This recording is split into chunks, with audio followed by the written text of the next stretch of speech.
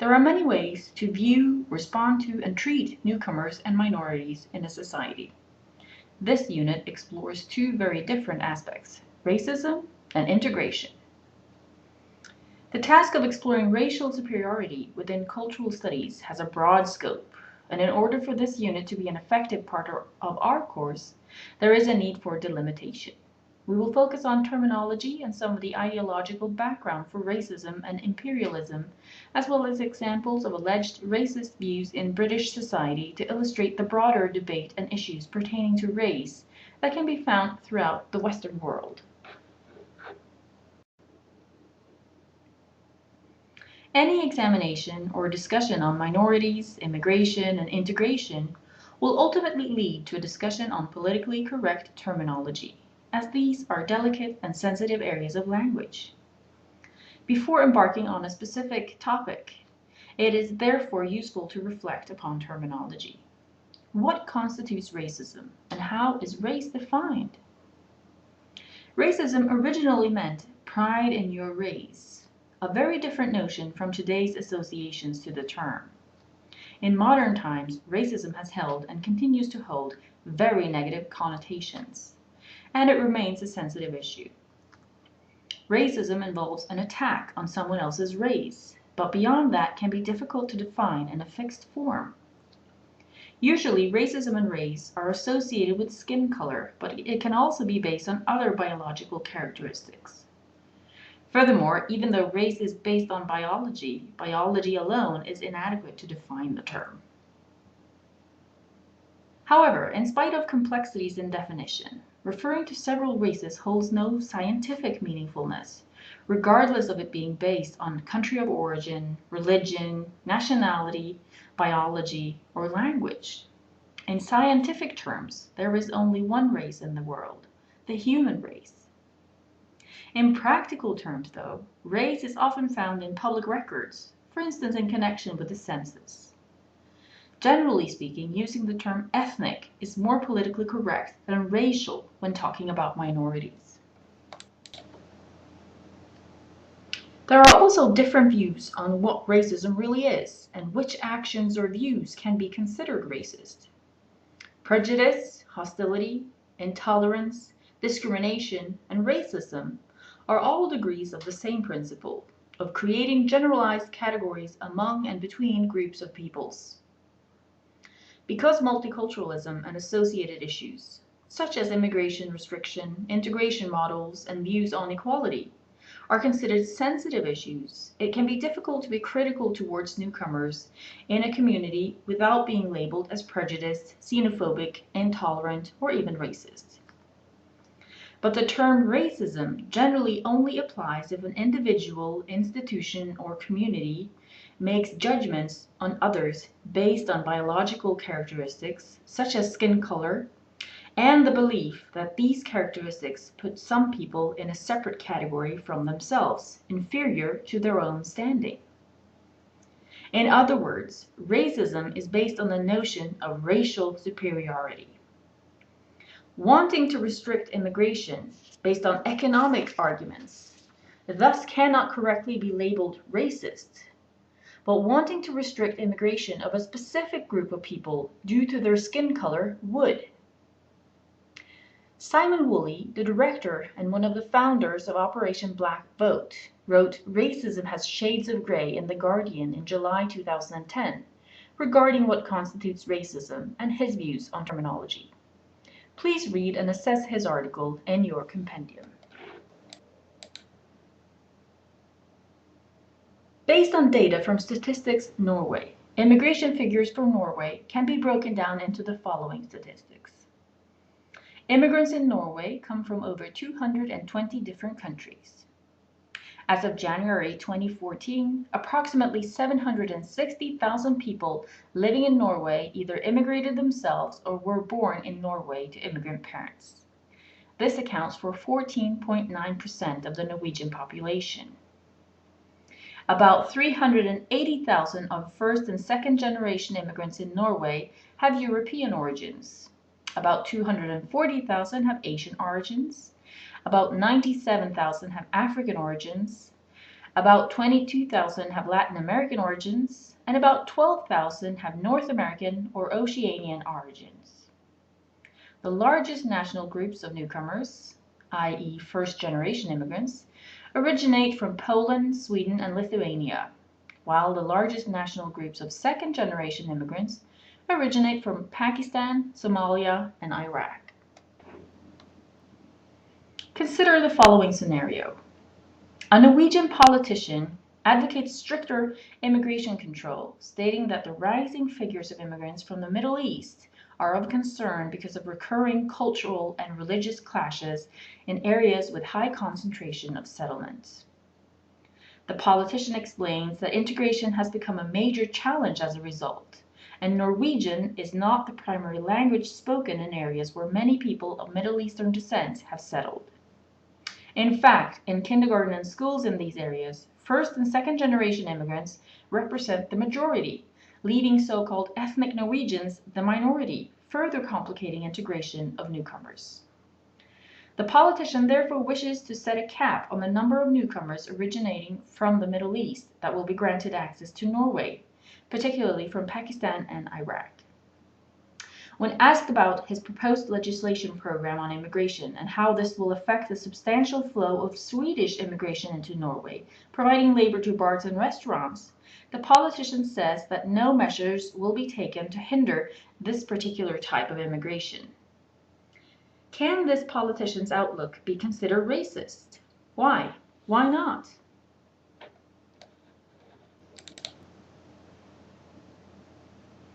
A common element in some forms of racism is nationalism. As an ideology, nationalism is neither left nor right-wing though. As a concept, nationalism holds both positive and negative connotations. The former illustrated by demands for independence, liberation, or celebration of a nation's achievements. This can be seen in the US around 1776 when it fought for independence from its colonial power, as well as the annual celebration on the 4th of July. Another example is after times of crisis, such as in Britain after the Second World War, when the nation celebrated the victory of the RAF in the Battle of Britain over the German Luftwaffe. Similarly, nationalism tends to be strong and widespread during major sports or cultural events, especially the World Cup and the Olympics, as evidenced by the increased sense of Britishness among the UK population during and immediately after the 2012 Summer Olympics in London. This form of nationalism holds no racist element and is even considered necessary for the survival of a common sense of belonging within a community. However, the other form of nationalism holds very negative connotation and is thus termed a malignant form of nationalist ideology. This type of nationalism is based on notions of superiority and often an element of xenophobia, taking the form of, for instance, Nazism, fascism, and other forms of racial and ethnic discrimination.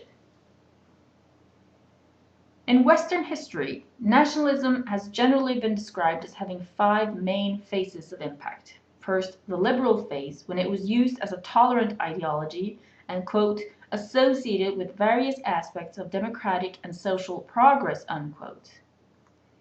Second, the conservative imperial phase, when it was part of the motivation for colonialization, but also for national unification of, for instance, Germany and Italy. This was also the period when the term nationalists was used for the first time to describe conservative right-wing movements encouraging aggressive patriotism and denouncing anyone who disagreed with them as traitors of the state and nation. Timothy Baycroft explains, characteristic of this new form of nationalism, and never before associated with nationalism, were outright distrust of foreigners, racism, and anti-Semitism. It is fairly obvious how this view contributed to strengthening imperialistic motivations, as the superior notions that fueled the view that the Western world needed to so-called civilize the rest of the world were now also strengthened by the ideology of nationalism.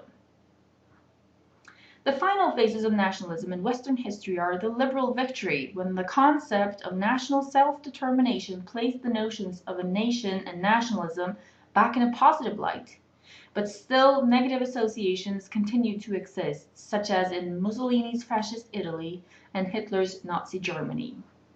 Fourth, the Cold War, when nationalism was virtually a non-issue due to other concerns taking priority.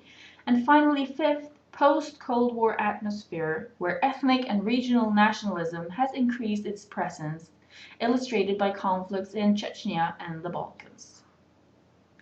Please read Timothy Baycroft's article in the course compendium for an introduction to the relationship between these two forces, namely racism and nationalism, in global affairs in the 19th century.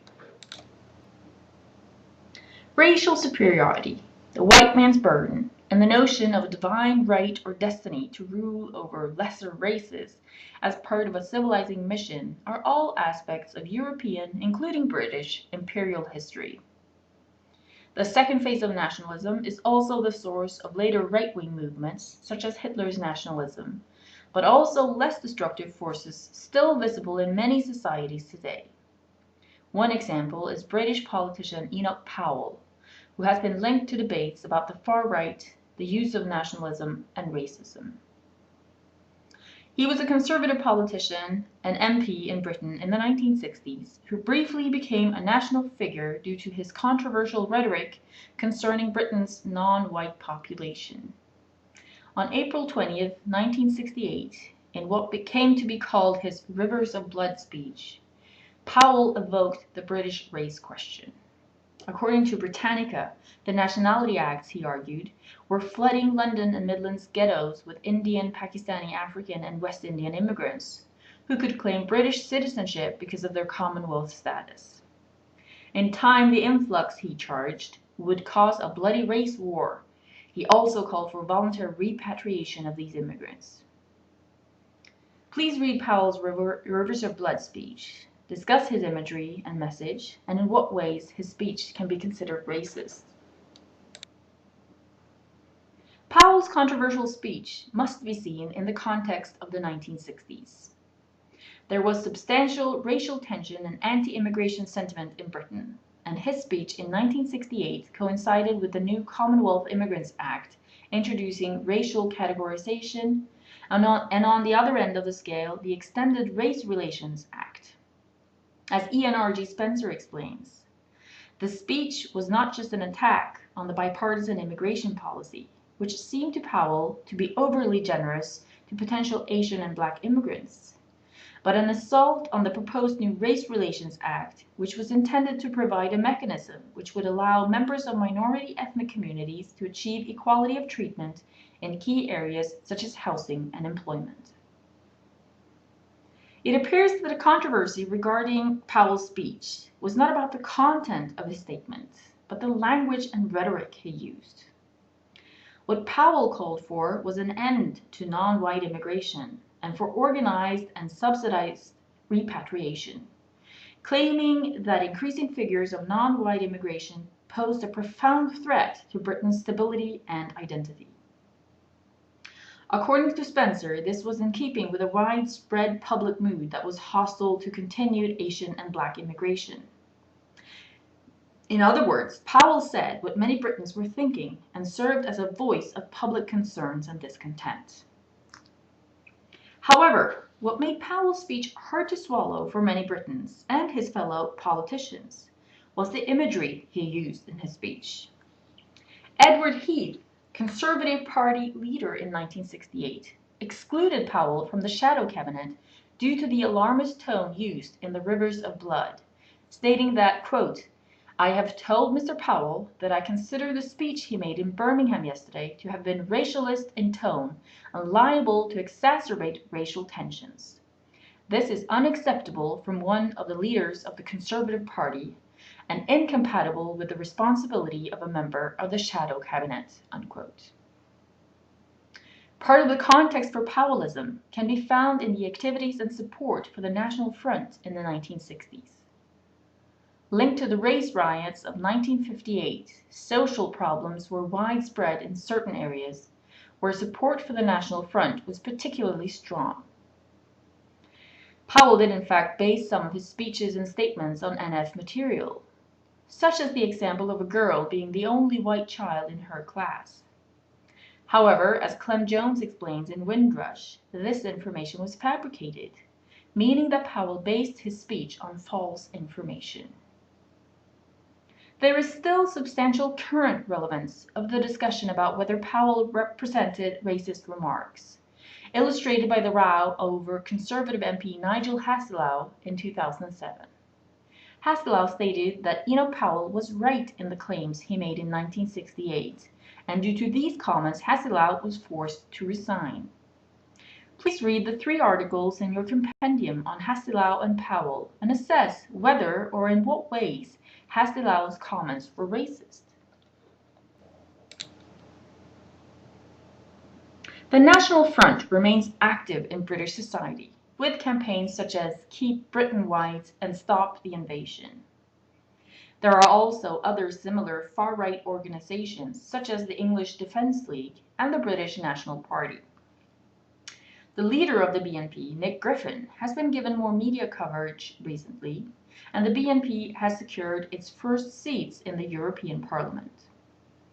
In the 2010 general election, the BNP received 564,331 votes, or 1.9% nationwide, without winning seats in the House of Commons. Still, the BNP has become a more potent political voice in Britain, illustrated for instance by their 1.2% increase in the 2010 election. Their views and policies can be summarized by Griffin's message posted on their own website, which you can find on our course website. Please read this message and consider what ways BNP views and Griffin's message can be considered racist. The presence of far-right organizations is far from unique to Britain, and their views and actions must be considered in light of this broader perspective. However, using Powell and far-right organizations as a starting point for a discussion about the delicate area of racism and anti-immigration is useful, since it sheds light on the complexities of this subject area. Can you find examples of organizations with similar views in American society? Whereas racism ultimately aims to exclude specific groups of newcomers and minorities, integration is about ways to include them into society. Numerous theories and approaches have been developed based on various contextual factors. We will introduce 2 views on integration, Perek's and Sager and Somerville's, and these theories should be critically examined and applied to the rest of our course material. Mika Perek, a renowned expert on integration and multiculturalism, states that a multicultural society, that is, a society which includes several distinct cultural, ethnic, and religious communities, needs to find ways of reconciling 2 equally legitimate and sometimes conflicting demands. Its minority communities generally cherish and wish to preserve and transmit their ways of life. A society, however, cannot last long without some degree of cohesion and a sense of common belonging. It also has its own way of life, which it is equally anxious to preserve. This raises the question as to how it should integrate its minorities and organize its collective life, so that it satisfies their legitimate aspirations without losing its unity and continuity. The question then is how this best can be achieved. How to integrate minorities to achieve both goals, preserving both unity and diversity. Perek introduces 5 models of integration, which we have outlined in a table you can find under Cultural Studies materials. Please note that there is some overlapping in the features of each model, so the question of definition is more about the dominant focus within the model, rather than about uniqueness or exclusion of other models. There are also degrees within the model allowing for diversity in the manner of application, and a simplistic understanding of his models has the danger of ignoring the complexities and varieties that they hold. According to the proceduralist integration model, the state should be culturally neutral. There are, in other words, no preferences or coercion in terms of culture, and the model allows for maximum freedom for citizens. However, this notion is in itself inherently illogical, as it is impossible for a society to operate without a structure of authority or binding laws. Neither of these can be morally neutral, as argued by Perec. Quote, since every structure of authority is thus embedded in and shaped by the wider society's moral beliefs, it is biased towards a specific way of life and cannot be morally neutral. Unquote. Similarly, laws equally lack the ability of moral neutrality, since they presuppose a specific view of the good life, according to Perec. Examples of laws that lack moral neutrality are freedom of speech and liberty. Another problem with the first model is that it appears too empty to hold a society together, and therefore cannot effectively serve as the basis for integrating newcomers or minorities.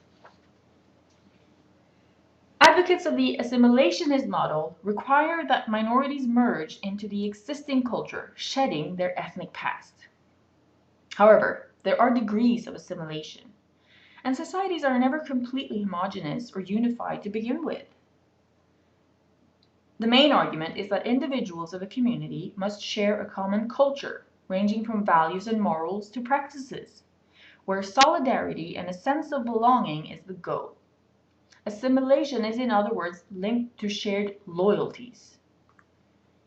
The weakness of this model, according to Perec, is that it is too intolerant and has too little respect for other cultures to be able to work effectively in a multicultural society as well as in a globalized world. Perec raises the question of whether it really is necessary to be fully assimilated into the national culture and to fully ignore one's cultural or ethnic background in order to achieve an effective and appropriate level of integration. In its most extreme form, the assimilationist model can even include biological assimilation, meaning it can take a society into the nationalist or racist realms of integration. And the dangerous consequences of such views have been illustrated several times throughout history, most notably in Hitler's Germany. The bifurcationist model, meaning by two levels, also called partial assimilation, is a halfway house between the previous and the pluralist model. Advocates of this model argue that full assimilation is either unnecessary or undesirable, or both, and argue that effective integration of minorities depends on adopting only one aspect of the national culture, namely the political. This includes political values, a broad identity, such as Britishness in the UK, and other basic elements, such as laws. However, this model also has its weaknesses, such as the argument that its features are too formal to hold a society together. Its components do not foster a sense of belonging or a shared loyalty to the community as a whole. Additionally, it leaves little room for recognition of its minorities and can even pose structural disadvantages for these minorities. In other words, there is bound to be a difference in power between established and marginal groups of society, and ethnic identities will often be confined to the private realm. Perec uses the following as an example of the latter, and I quote, "A couple of years ago, when I was traveling by train from London to Hull, I was sitting opposite an elderly Pakistani couple and next to their adolescent daughter. When the crowded train pulled out of King's Cross Station, the parents began to talk in Urdu. The girl felt restless and nervous and began making strange signals to them. As they carried on their conversation for a few more minutes, she angrily leaned over the table and asked them to shut up. When the confused mother asked for an explanation, the girl shot back, 'Just as you do not expose your private parts in public, you do not speak in that language in public.'" Unquote. The fourth model, the pluralist model, argues that the existing community needs to change in order to recognize its minorities, which involves a wide range of adaptation on areas such as identity, political cultures, values, and traditions. This model encourages multiculturalism in both private and public realms, fully accepts minorities, and makes it easier for newcomers to feel a sense of belonging. However, this model raises the inevitable question of how far society should go in adapting to the customs and views of newcomers and minorities. Ultimately, A minority could force a community to reject the rule of law, leading to the dissolution of the community as a legal and functional entity. The last of Parek's models, the Malay model, does not offer a concept of citizenship or a sense of belonging, as each individual only has an identity and sense of belonging to one of the communities, and not the state. This means there is no collective life, and very little that exists to hold individuals together. Instead, this model creates a situation close to separatism, where there is a high level of fragmentation and isolation. Integration will not be possible or even a goal within these types of states, and prejudice is likely to continue.